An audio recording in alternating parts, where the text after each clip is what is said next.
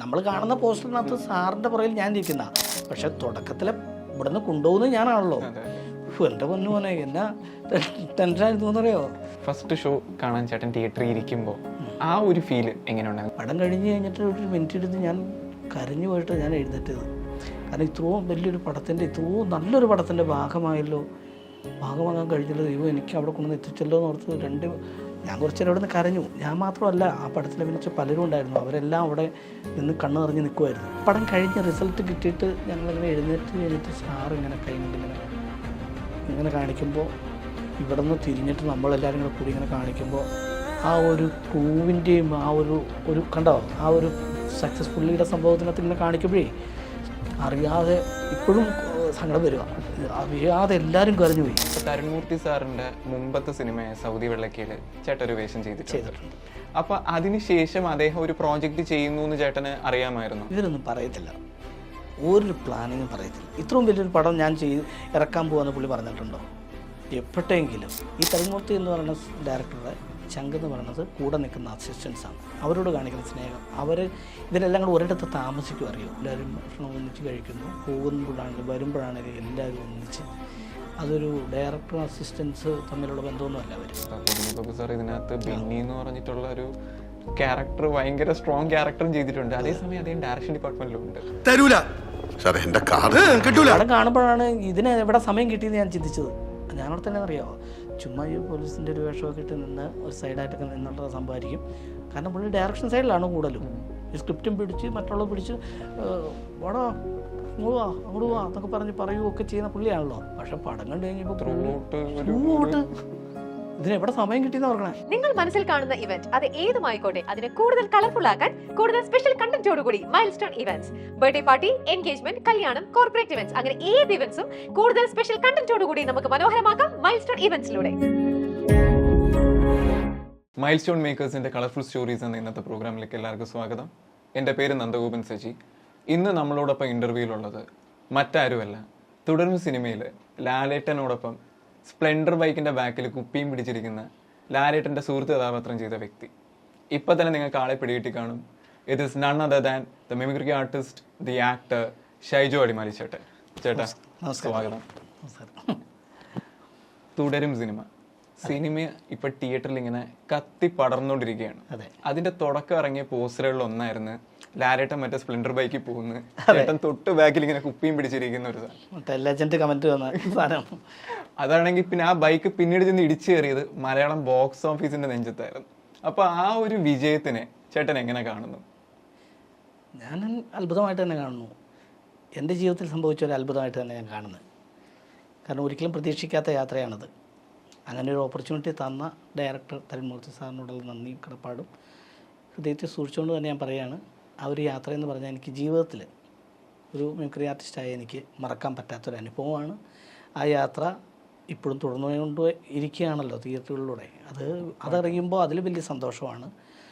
നമ്മുടെ വീട്ടിൽ നമ്മുടെ സ്വന്തക്കാർ, നമ്മുടെ കൂട്ടുകാർ പോലും ടിക്കറ്റില്ല എന്ന് പറയുമ്പോൾ നമുക്കത് ഒരു ഇതുണ്ടെങ്കിൽ പോലും അത് നമുക്ക് സന്തോഷത്തിന് പാത്രമായിട്ട് മാറുകയാണ്. അത് സന്തോഷിക്കുകയാണ്. കാരണം വെച്ചാൽ ദൈവമേ അതുപോലെ പോവുകയാണല്ലോ എന്നോർത്ത്.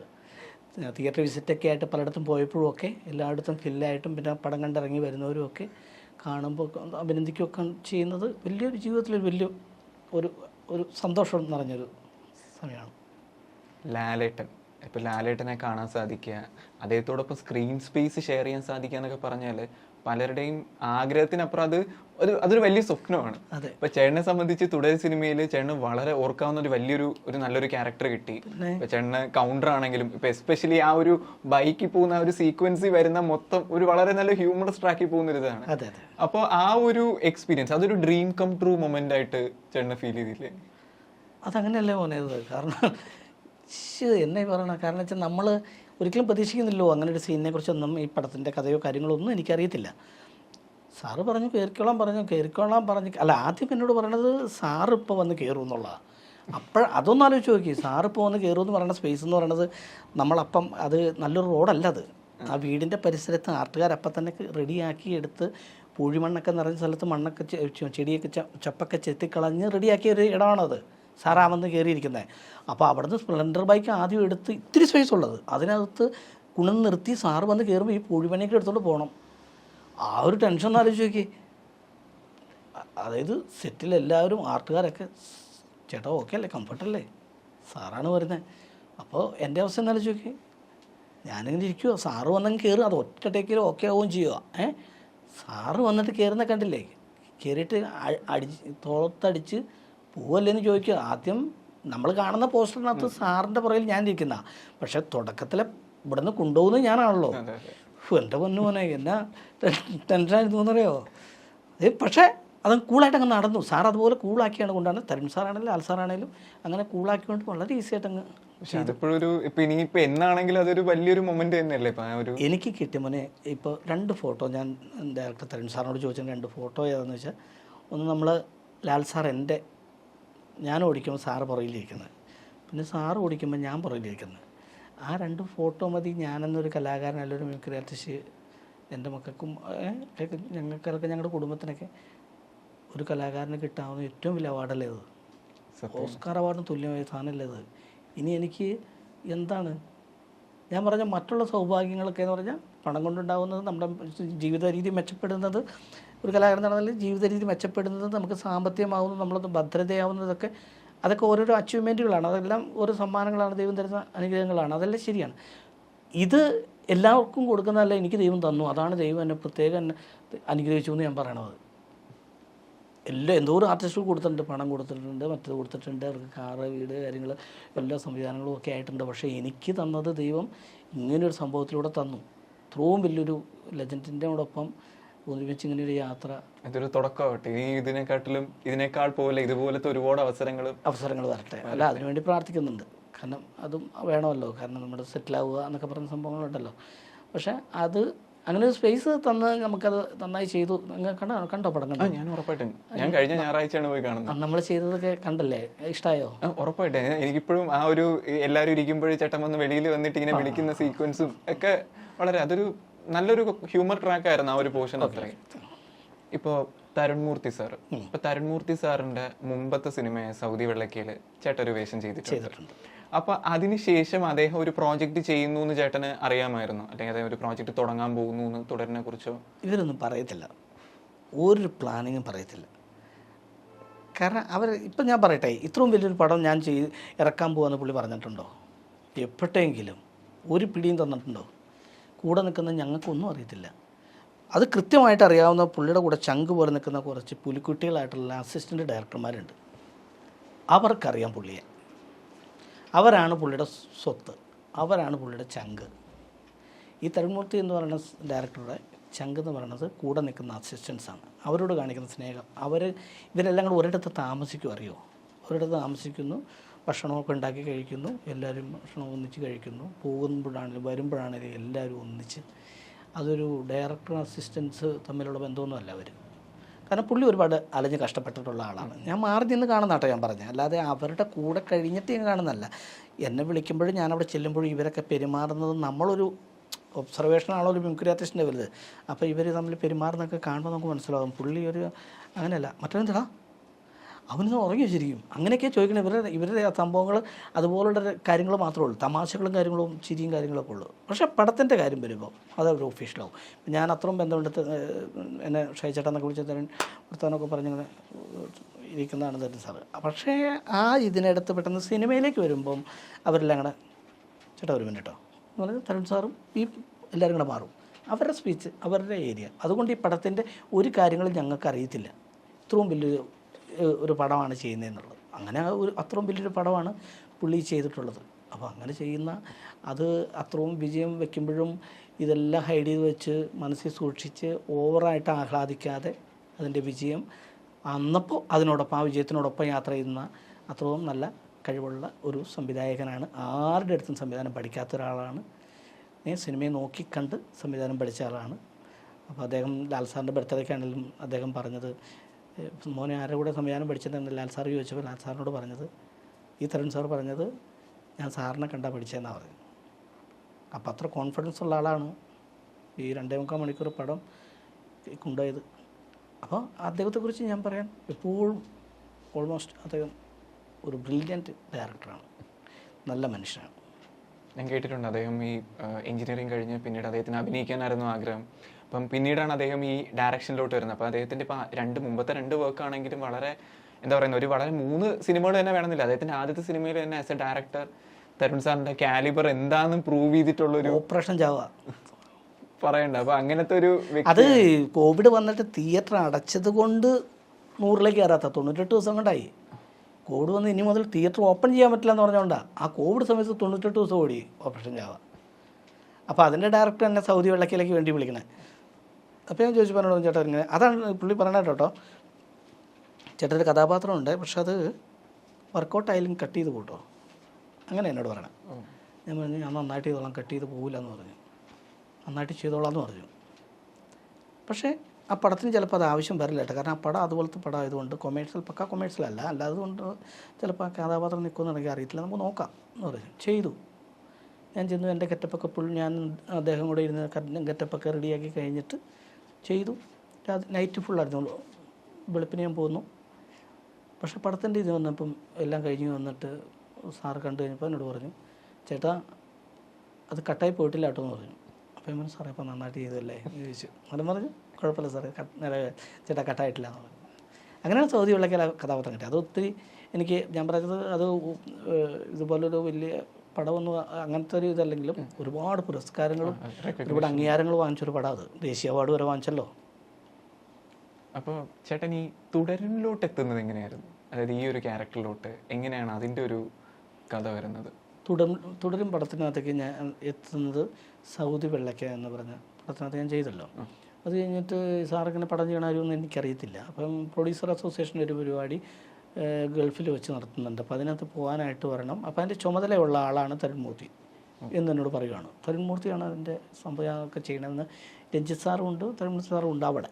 ഞാനവിടെ ചെന്ന് കഴിയുമ്പോഴത്തേക്ക് എന്നോട് പറഞ്ഞു വർത്താനമൊക്കെ പറഞ്ഞ് ഇങ്ങനെ ഇരിപ്പുണ്ട്. ഇവർ 2 വർത്താനമൊക്കെ പറയുന്നുണ്ട്. അപ്പോൾ എന്നോട് വർത്താനം പറയുന്നുണ്ട്. അത് കേട്ട് എന്നോട് പറഞ്ഞു താടി ഇല്ലേ എന്ന് ചോദിച്ചു. ഞാൻ പറഞ്ഞു ഞാൻ വളർത്താറില്ല, വളർത്ത്.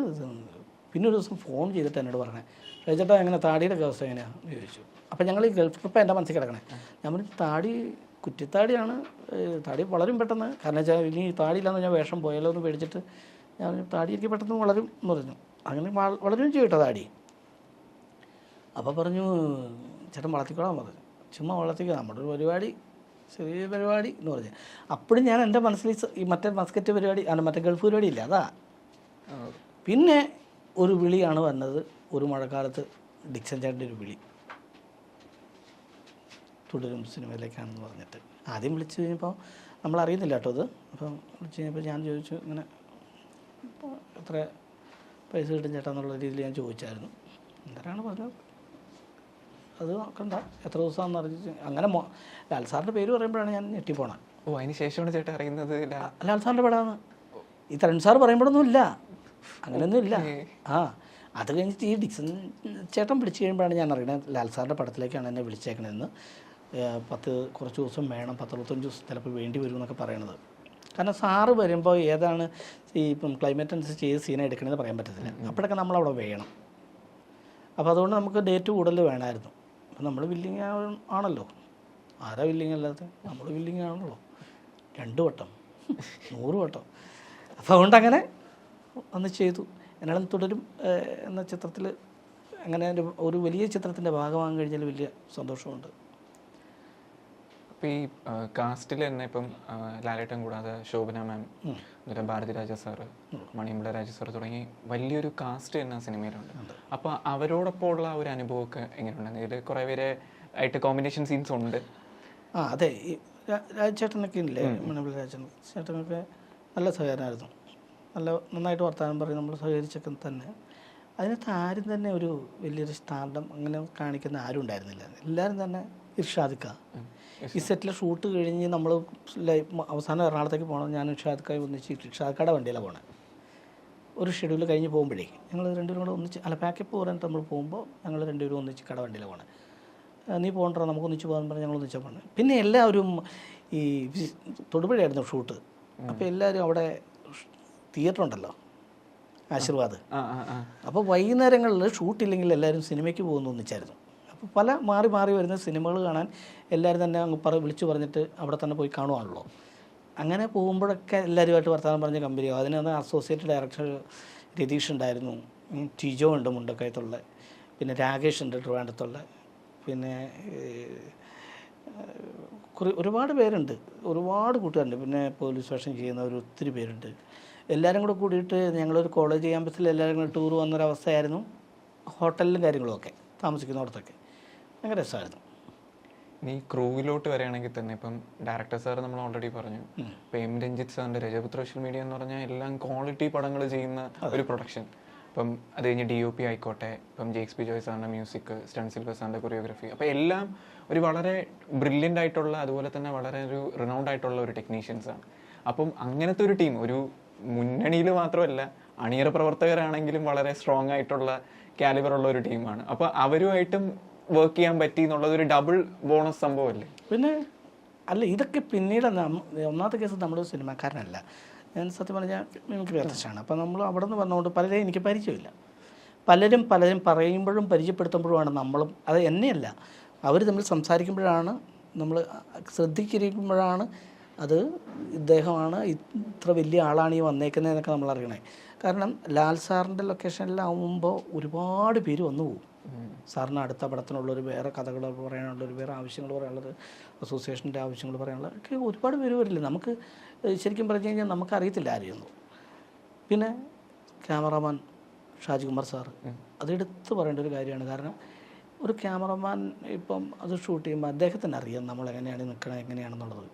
എൻ്റെ പരിചയക്കുറവും സിനിമയിലുള്ള എൻ്റെ എക്സ്പീരിയൻസിൻ്റെ കുറവുകളെല്ലാം പരിഹരിച്ചത് അദ്ദേഹമാണ്. കാരണം എനിക്ക് ചെയ്യാനുള്ളതെല്ലാം ആക്ഷനും കാര്യങ്ങളും എല്ലാം ഒരു പക്ഷേ നമ്മുടെ തരുൺ സാർ കാണിച്ചു തരും, അസിസ്റ്റൻസ് കാണിച്ചു തരും, വിനിച്ചേട്ടൻ കാണിച്ചു തരും, പിന്നെ സ്ക്രിപ്റ്റ് റൈറ്റർ സുനിച്ചേട്ടനും പറയും ഇതാണ് കേട്ടോ നമ്മുടെ ഇതെന്നൊക്കെ പറഞ്ഞു തരും. മറിച്ച് ഇതിൻ്റെ ഞാൻ നിൽക്കണ പൊസിഷനിൽ ക്യാമറയിൽ ഞാൻ വരുമോ എന്നുള്ളത് പറയേണ്ടത് ക്യാമറമാനാണ്. അപ്പോൾ ഷാജികുമാർ സാർ എന്നെ ഇടയ്ക്ക് ഇങ്ങനെ നോക്കിയിട്ട്, പിന്നെ ഈ കളർ വിത്ത് ഈ ലൈറ്റിൻ്റെ പ്രശ്നം ഉണ്ടാവുമല്ലോ, ആ ലൈറ്റിൻ്റെ പ്രശ്നമൊക്കെ ലൈറ്റ് വെച്ചിട്ട് ഷാജികുമാർ സാർ എന്നോട് ഇങ്ങനെ കൈ കൊണ്ട്,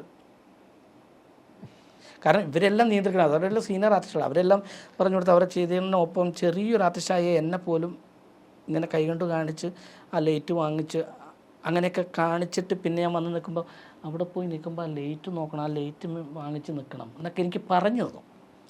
മനസ്സിലായോ? അപ്പോൾ നമ്മൾ ആ ലൈറ്റൊക്കെ പിടിച്ചിങ്ങനെ നിൽക്കണം എന്നൊക്കെ ഉള്ളത് നമുക്ക് പറഞ്ഞു തരും. അപ്പോൾ ആ പൊസിഷനിൽ പോയി നിൽക്കണം എന്നൊക്കെ പറഞ്ഞു തരും. ആ കാറ് വരുമ്പോൾ കാറിൻ്റെ അടുത്തേക്ക് നടന്നു വരുമ്പോൾ വന്ന് നിന്നിട്ട് അത് ഇന്ന സ്ഥലത്ത് നിൽക്കണം, എന്നാലാണ് ക്യാമറയിൽ കിട്ടുള്ളൂ, ഹൈഡായി പോകരുത്, അങ്ങനെയൊക്കെ പറഞ്ഞു തരും. അപ്പോൾ ഇപ്പം നിങ്ങൾ തന്നെ പറഞ്ഞല്ലോ, പിന്നെ നന്ദു തന്നെ പറഞ്ഞല്ലോ, അത്രയും എക്സ്പീരിയൻസ്ഡ് ആയിട്ടുള്ള അത്രയും ലെജൻഡുകളായിട്ടുള്ള ആൾക്കാരാണെന്ന് പറഞ്ഞല്ലോ. അവർ നമ്മളോട് കാണിക്കുന്ന ഒരു സഹകരണം ഉണ്ടല്ലോ, ആ സഹകരണത്തിലാണ് നമുക്കും അതിനകത്തൊരു സ്പേസ് തന്നവർ നിർത്തുന്നത്. അപ്പോൾ അതുകൊണ്ട് അവരൊക്കെ ഭയങ്കര ലെജൻഡ് എന്ന് പറഞ്ഞാൽ ഒരു കാരണത്തിൽ മാത്രമല്ല, അവരുടെ വർക്കിലും അതെ, അവരുടെ പെരുമാറ്റത്തിലും അതെ. അതൊരു വലിയ ഭാഗ്യമാണ് അവരൊക്കെ കൂടെ നിൽക്കാന്ന് പറഞ്ഞത്. ബിനു പപ്പു സാർ ഇതിനകത്ത് ബെന്നി എന്ന് പറഞ്ഞിട്ടുള്ള ഒരു ക്യാരക്ടർ ഭയങ്കര സ്ട്രോങ് ക്യാരക്ടറും ചെയ്തിട്ടുണ്ട്. അതേസമയം അദ്ദേഹം ഡയറക്ഷൻ ഡിപ്പാർട്ട്മെന്റിലും ഉണ്ട്. അതാണ് അതെങ്ങനെയുണ്ടായിരുന്നു അദ്ദേഹത്തുമായിട്ടുള്ള ഒരു സൗഹൃദം? വിനിച്ചേട്ടൻ്റെ പേര് പറയുമ്പോൾ തന്നെ വിനിച്ചേട്ടൻ മൾട്ടിയാണ്. എന്ന് വെച്ചിട്ടുണ്ടെങ്കിൽ സ്ക്രിപ്റ്റും മറ്റു കാര്യങ്ങളും അതിൻ്റെ വർക്ക് ചർച്ചയും ഇതിൻ്റെ അത് കഴിഞ്ഞിട്ട് ഇത് വേണോ, ഇവർ തമ്മിൽ തരുൺ സാറും വിനിച്ചേട്ടൻ കൂടെ നിന്ന് സംസാരിക്കും, എല്ലാം പറഞ്ഞിട്ട് തീരുമാനിക്കും. അങ്ങനെയൊക്കെയാണ്. അപ്പം ഓരോ കാര്യങ്ങൾ വരുമ്പോഴത്തേക്കും അവരവിടെ വേണം, ഇത്ര പേര് വേണം എന്നൊക്കെ തീരുമാനിക്കുന്ന അസോസിയേറ്റ് ഡയറക്ടറും പിന്നെ വിനിച്ചേട്ടനും എല്ലാം കൂടെ കൂടി സംസാരിച്ചേണ്ട തീരുമാനം എടുക്കുമ്പോൾ ആ കഥാപാത്രം അവിടെ വേണം എന്ന് തീരുമാനിക്കുന്നതൊക്കെ വിനിച്ചേട്ടനാണ്. പക്ഷേ ഈ പടം കണ്ടു കഴിഞ്ഞപ്പോൾ ഇതിനൊക്കെ എപ്പോഴാണ് സമയം കിട്ടിയെന്ന് നമുക്ക് ചിന്തിച്ചു പോകും. എന്നറിയോ, ഈ പടത്തിൽ അദ്ദേഹത്തിൻ്റെ ക്യാരക്ടർ എനിക്കറിയത്തില്ല, ഇത്രയും ഞാൻ കണ്ടിട്ടില്ല പുള്ളി അങ്ങനെ അഭിനയിക്കണേ.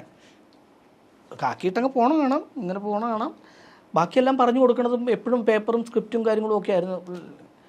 പിന്നെ ഞാൻ ലൊക്കേഷനിൽ പലയിടത്തും 2 പ്രാവശ്യം ഇത് ചേഞ്ച് ആയപ്പോഴേ അദ്ദേഹത്തിൻ്റെ വണ്ടിയിലൊന്നും കയറി. ആ കാര്യം സമ്മതിക്കാതിരിക്കാൻ പറ്റില്ല കേട്ടോ. ഞാൻ ലാൽ സാറിൻ്റെ കൂടെ പോയി, ലാൽ സാർ ഇങ്ങനെ സ്കിറ്റ് ചെയ്യുന്ന സംഭവങ്ങളൊക്കെ ഉണ്ടല്ലോ, അത് പക്ഷേ ഇത് ഞാൻ വണ്ടിയെ പിടിച്ചിരുന്ന് പോയി. കാരണം വെച്ചാൽ പുള്ളി അത് ആവാരി പോക്കാൻ പോണേ, ഭയങ്കര ഡ്രൈവിങ് ഭയങ്കര ക്രേസിയാണ്, ഭയങ്കര ക്രേസായിട്ടാണ് വണ്ടി ഓടിക്കുന്നത്. ഡ്രൈവിങ് ഭയങ്കര ഇതാണ്. പുള്ളിയുടെ താറിനകത്താണ് ഞങ്ങൾ അങ്ങോട്ടും ഇങ്ങോട്ടും 2 പ്രാവശ്യം ഒരു ലൊക്കേഷനിൽ അടുത്ത ലൊക്കേഷനിലേക്ക് പോയപ്പോൾ എന്നോട് ഇവിടെ വന്ന് കയറാൻ പറഞ്ഞു.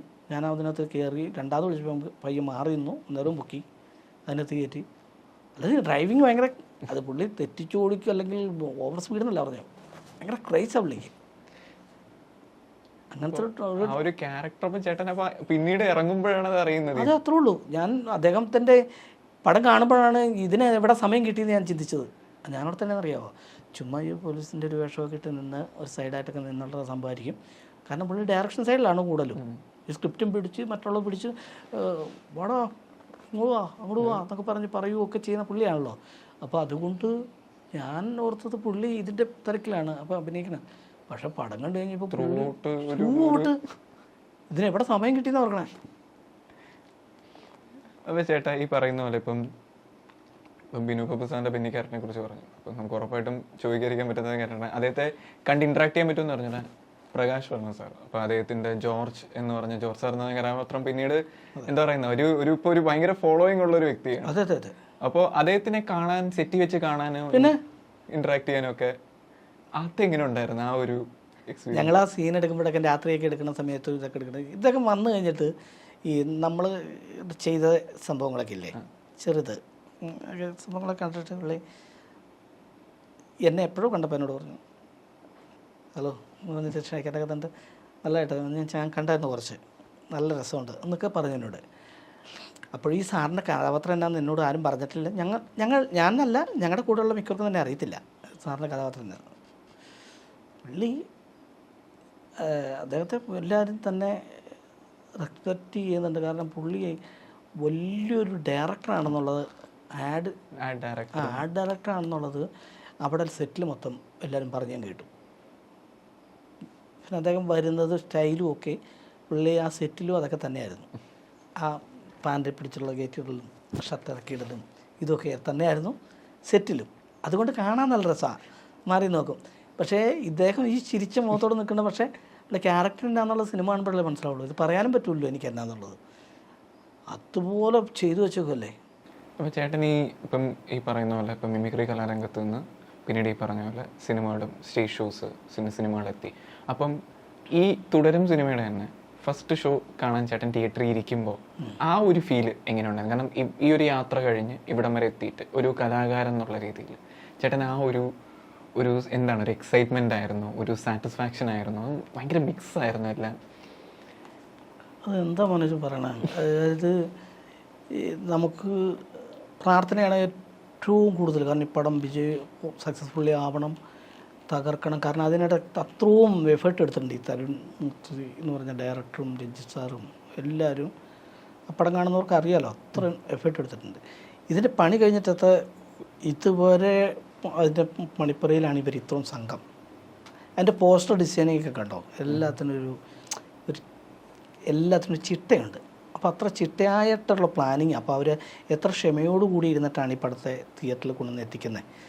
അപ്പോൾ അതിൻ്റെ ഭാഗമായിട്ടുള്ള നമ്മൾ വരുമ്പോൾ ഒന്നാമത് ടിക്കറ്റ് എനിക്ക് മാത്രമേ കിട്ടുള്ളൂ. കുടുംബമൊക്കെ അവരും വന്നാൽ കാണാൻ ടിക്കറ്റ് കിട്ടിയില്ല. എന്നിട്ട് അവരെ ഞാൻ ന്യൂ സെൻറ്ററിൽ തൃപ്പൂണിത്തറ വിട്ടിട്ട് ഞാൻ ഇവിടെ കാണുന്നത് സാറിൻ്റെയൊക്കെ ഡയറക്ടറെ കൂടെ.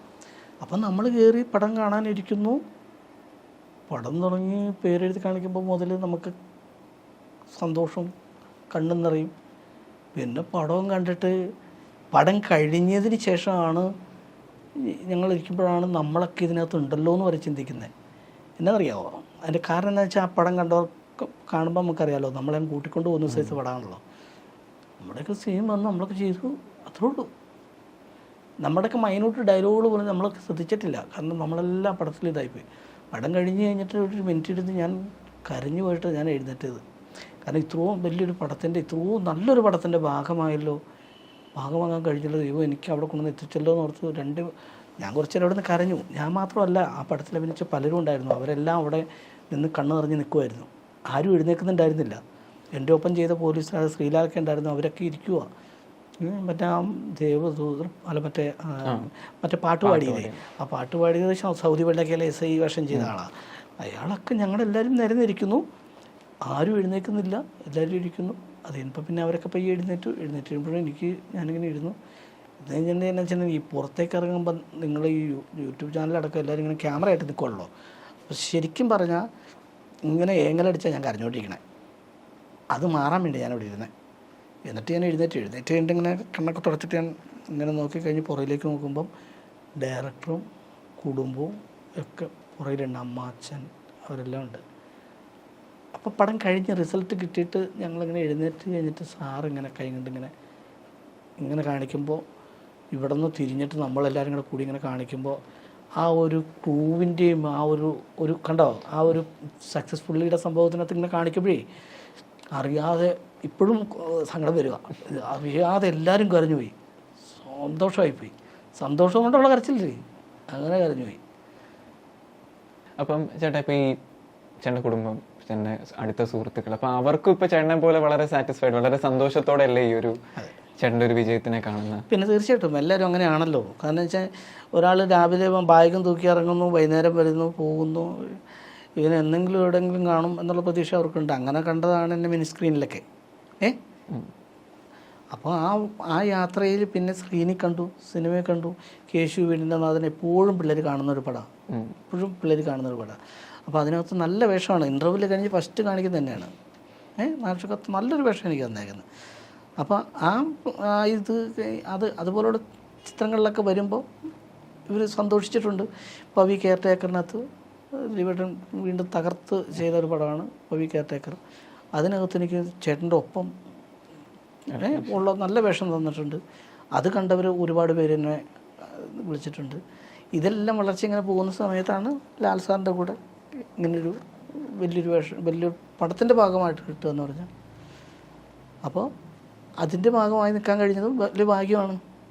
അതായത് ഇപ്പോൾ ആരാണ് കഴിഞ്ഞ ദിവസം പറഞ്ഞ പോലെ ആ ബൈക്കിനകത്തുള്ള യാത്ര ഒരു വലിയ വിജയത്തിലേക്കുള്ള യാത്രയാണെന്നൊക്കെ ആവട്ടെ എന്നിങ്ങനെ പറഞ്ഞപ്പോഴേ അതൊരു വലിയ വിജയമാകുമ്പോൾ നമുക്ക് വലിയ സന്തോഷമുണ്ട്.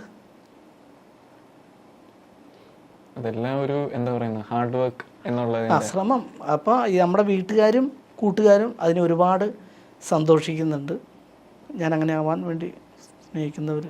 അപ്പോൾ ചേട്ടൻ ഇനി വരാനിരിക്കുന്ന പ്രോജക്റ്റുകൾ എന്തൊക്കെയാണ്? ഏതെങ്കിലും മോനെ അതൊക്കെ ഉണ്ടല്ലോ. ഇപ്പം നമ്മൾ ഈ പടം സിനിമ എന്നൊക്കെ പറഞ്ഞ് കാര്യം എനിക്ക് വലിയ ഇതൊന്നും പൂർണ്ണമായ ഒരു അറിവുള്ളവനല്ല. എൻ്റെ ചെറിയ അറിവ് വെച്ച് ഞാൻ പറയുകയാണ്. അതൊക്കെ വരുമ്പോഴേ പറയുന്നതാണ് നല്ലത്. ഇല്ല ഇടയ്ക്ക് വെച്ചൊക്കെ ചിലപ്പോൾ എന്തെങ്കിലുമൊക്കെ ക്യാൻസലായി പോയി കഴിഞ്ഞ് കഴിഞ്ഞാൽ, കാരണം എന്താണെന്നറിയാവോ, അതങ്ങനെയാ. ദൈവം കുറേ കാര്യങ്ങളൊക്കെ ഇത്രയും കാത്തിരുന്ന് നമുക്ക് തന്നതാണ്.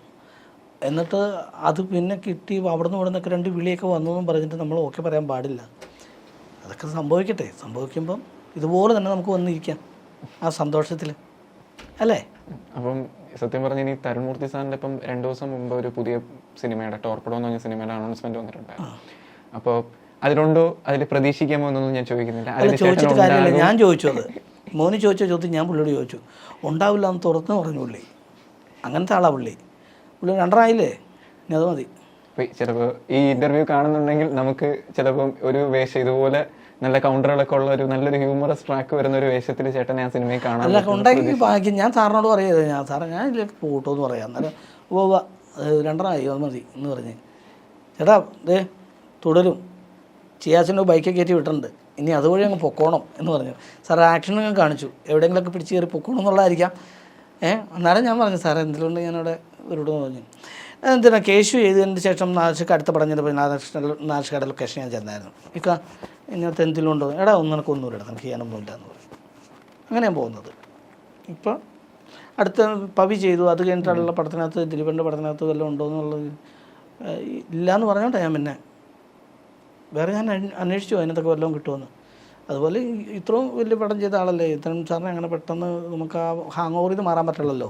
അതുകൊണ്ട് പുള്ളി അടുത്ത ലൊക്കേഷനിൽ ഒന്ന് പോയിട്ട് പുള്ളി അങ്ങനെ ചെയ്യണമെന്നെങ്കിലും കാണണമെന്ന് ആഗ്രഹം ഉണ്ടല്ലോ. അതുകൊണ്ടെങ്കിലും എനിക്കൊരു വേഷം ഉണ്ടോ എന്നുള്ളത് ചോദിച്ചു പറഞ്ഞാൽ 2.5 അത് മതി എന്ന് പറഞ്ഞു. അങ്ങനെ പറയുള്ളൂ പുള്ളി, അങ്ങനെ പറയുന്ന ആളാണ് പുള്ളി. ഈ മറകളില്ലാതെ പറയുന്ന ആളാണ്. അപ്പോൾ എന്തായാലും ഇനി ചേട്ടന് ഒരുപാട് നല്ല വേഷങ്ങൾ, ഒരുപാട് ഇതുപോലത്തെ നല്ല നല്ല പ്രോജക്റ്റുകൾ, അതിനെല്ലാം ചേട്ടന് ഭാഗമാകാൻ സാധിക്കട്ടെ. അപ്പോൾ അന്ന് അതേപോലെ ഒരു പ്രോജക്റ്റിനെ വരുമ്പോൾ എനിക്ക് ഇതേപോലെ ചേട്ടനെ കൊണ്ട് സംസാരിക്കാനുള്ള ഒരു അവസരം കിട്ടട്ടെ. അപ്പോൾ എന്തായാലും എനിക്ക് ചേട്ടൻ വന്നതിൽ, ചേട്ടനെ കാണാൻ സാധിച്ചതിൽ, ഇങ്ങനെ ഉള്ളു പറഞ്ഞ് സംസാരിക്കാൻ പറ്റിയതിലെല്ലാം വളരെ സന്തോഷം. താങ്ക് യു ചേട്ടാ. എനിക്ക് സന്തോഷം മോനെ. പിന്നെ ഞാനൊരു കാര്യം പറയണേ, നമ്മളിപ്പം ഇതിലേക്കൊക്കെ വരുന്നേ ഉള്ളൂ. കാരണം ഞാൻ വേറെ പടങ്ങളൊക്കെ ചെയ്തിട്ടുണ്ടെങ്കിൽ നമുക്കിങ്ങനെ ഇൻ്റർവ്യൂ ഒന്നും ഞാൻ കൊടുത്തിട്ടില്ല. അപ്പം നമ്മുടെ ഫസ്റ്റ് ടൈമാണ് ഇങ്ങനെയൊക്കെ ഒരു ഭാഗ്യം വരുന്നത്. ഈ ഇൻ്റർവ്യൂ പോലും ഒരു ഭാഗ്യമായിട്ടാണ് കാണുന്നത്. അതൊക്കെ വരുന്നത് അപ്പോൾ നമ്മുടെ ആഹ്ലാദം കൊണ്ടും നമ്മുടെ അറിവില്ലായ്മ കൊണ്ടും നമ്മൾ എന്തെങ്കിലുമൊക്കെ പറഞ്ഞു പോയിട്ടുണ്ടെങ്കിൽ അതൊക്കെ എൻ്റെ രീതിയിൽ ഒതുക്കി കളഞ്ഞ് നല്ല മനോഹരമായിട്ട് ആൾക്കാരെ മുന്നിലേക്ക് എത്തിക്കണം. കാരണം അവരുടെ ഒന്നും പ്രകടശേഷി താങ്ങാനുള്ള ശേഷി എനിക്കില്ല. കാരണം ഒരുപാട് സഹിച്ചും തെറ്റിക്കാണ് വന്നേക്കുന്നത്. അപ്പോൾ അതുകൊണ്ട് അങ്ങനെ ഒരു കാര്യം എന്തെങ്കിലും വന്നിട്ടുണ്ടെങ്കിൽ പറയണം. പിന്നെ ഞാൻ അങ്ങനെ ഒന്നും പറയുന്ന ആളല്ല, കാരണം വെച്ചാൽ അതൊന്നും പറയാനില്ല എനിക്ക്. പിന്നെ എനിക്ക് പ്രേക്ഷകരോടൊന്ന് പറയാൻ എൻ്റെ പറഞ്ഞോട്ടെ, ഇത് കണ്ടിരിക്കുന്ന പ്രേക്ഷകരോട് ഒരു കാര്യം, നമ്മൾ ഈ മിമിക്രി ലോകത്തുനിന്ന് അങ്ങനെ കലാരംഗത്തൊന്നും വന്നിങ്ങനെ ഇങ്ങനെ പൊയ്ക്കൊണ്ടിരിക്കുന്ന ആളാണ്. ഇത്ര വർഷമായിട്ട് ഇങ്ങനെ പൊയ്ക്കൊണ്ടിരിക്കുന്നതാണ്. ആർക്കും ഒരു വേദനിപ്പിക്കുന്ന ഒരു കാര്യം നമ്മുടെ ഭാഗത്ത് നിന്ന് ഉണ്ടാവില്ലെന്ന് പ്രാർത്ഥിക്കുന്നുണ്ട്. പിന്നെ നമ്മുടെ സാഹചര്യം കൊണ്ട് വരും, കാരണം ഞാനൊരു മനുഷ്യനാണല്ലോ, അതുകൊണ്ട് വന്നിട്ടുണ്ടാവാം. എന്തെങ്കിലും തെറ്റുകൾ എൻ്റെ ഭാഗത്ത് നിന്ന് അല്ലെങ്കിൽ നിങ്ങൾ സംസാരത്തിന് വന്നിട്ടുണ്ടെങ്കിൽ ക്ഷമിക്കണം. പിന്നെ ഇതുവരെ നിങ്ങളെനിക്ക് തന്ന സപ്പോർട്ട് തുടർന്നും എൻ്റെ തുടർന്നുള്ള ജീവിതത്തിനും എനിക്കൊരു കുടുംബത്തിനും നിങ്ങളുടെ ഭാഗത്തു നിന്ന് ഉണ്ടാവണം എന്നൊരു അപേക്ഷയും അഭ്യർത്ഥനയും എനിക്കുണ്ട്. Thank you. അപ്പോൾ താങ്ക് യു ചേട്ടാ. Thank you. So next time colourful സ്റ്റോറീസിൽ അടുത്ത ഗസ്റ്റുമായിട്ട് എത്തുന്നതായിരിക്കും. So thank U.